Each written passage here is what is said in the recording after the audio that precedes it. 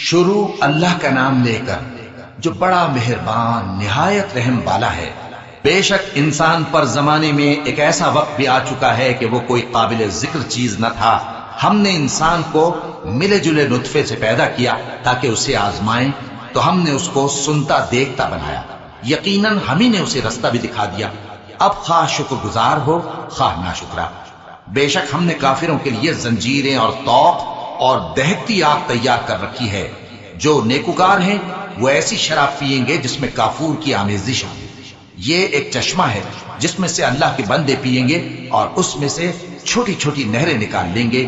یہ لوگ نظریں پوری کرتے ہیں اور اس دن سے جس کی سختی پھیل رہی ہوگی خوف رکھتے ہیں، اور باوجود کہ ان کو خود کھانے کی چاہت ہوتی ہے مگر فقیروں اور یتیموں اور قیدیوں کو کھلاتے ہیں، اور کہتے ہیں کہ ہم تم کو محض اللہ کی خوشنودی کے لیے کھلاتے ہیں، نہ تم سے بدلہ چاہتے ہیں اور نہ شکر گزاری۔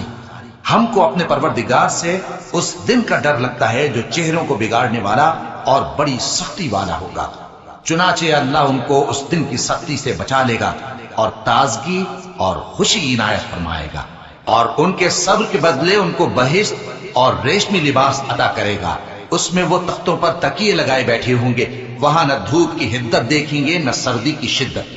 ان پر درختوں کے سائے قریب ہوں گے اور میووں کے گچھے جھکے ہوئے لٹک رہے ہوں گے، اور خدام چاندی کے برتن لیے ہوئے ان کے ارد گرد پھریں گے، اور شیشے کے نہایت شفاف پیالے، اور شیشے بھی چاندی کے جو ٹھیک اندازے کے مطابق بنائے گئے ہیں۔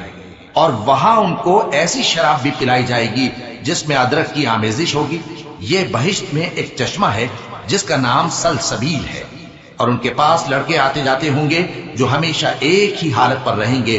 جب تم ان پر نگاہ ڈالو تو خیال کرو کہ بکھرے ہوئے موتی ہیں۔ اور بہشت میں جہاں آنکھ اٹھاؤ گے کثرت سے نعمت اور عظیم الشان سلطنت دیکھو گے۔ ان کے جسموں پر دیبا اور اطلس کے سبز کپڑے ہوں گے، اور انہیں چاندی کے کنگن پہنائے جائیں گے، اور ان کا پروردگار ان کو نہایت پاکیزہ مشروب پلائے گا، فرمائے گا یہ تمہارا صلہ ہے اور تمہاری محنت ہمارے ہاں مقبول ہوئی۔ اے نبی صلی اللہ علیہ وآلہ وسلم، ہم نے تم پر قرآن بتدریج نازل کیا ہے، تو اپنے پروردگار کے فیصلے کے لیے انتظار کیے رہو، اور ان لوگوں میں سے کسی بدعمل اور ناشکرے کا کہا نہ ماننا، اور صبح و شام اپنے پروردگار کا نام لیتے رہو، اور رات کو بڑی دیر تک اس کے آگے سجدے کرو اور اس کی پاکی بیان کرتے رہو۔ یہ لوگ دنیا کو دوست رکھتے ہیں اور قیامت کے بھاری دن کو پس پشت چھوڑے دیتے ہیں۔ ہم نے ان کو پیدا کیا اور ان کے جوڑ جوڑ کو مضبوط بنایا، اور اگر ہم چاہیں تو ان کے بدلے انہی کی طرح اور لوگ لے آئیں۔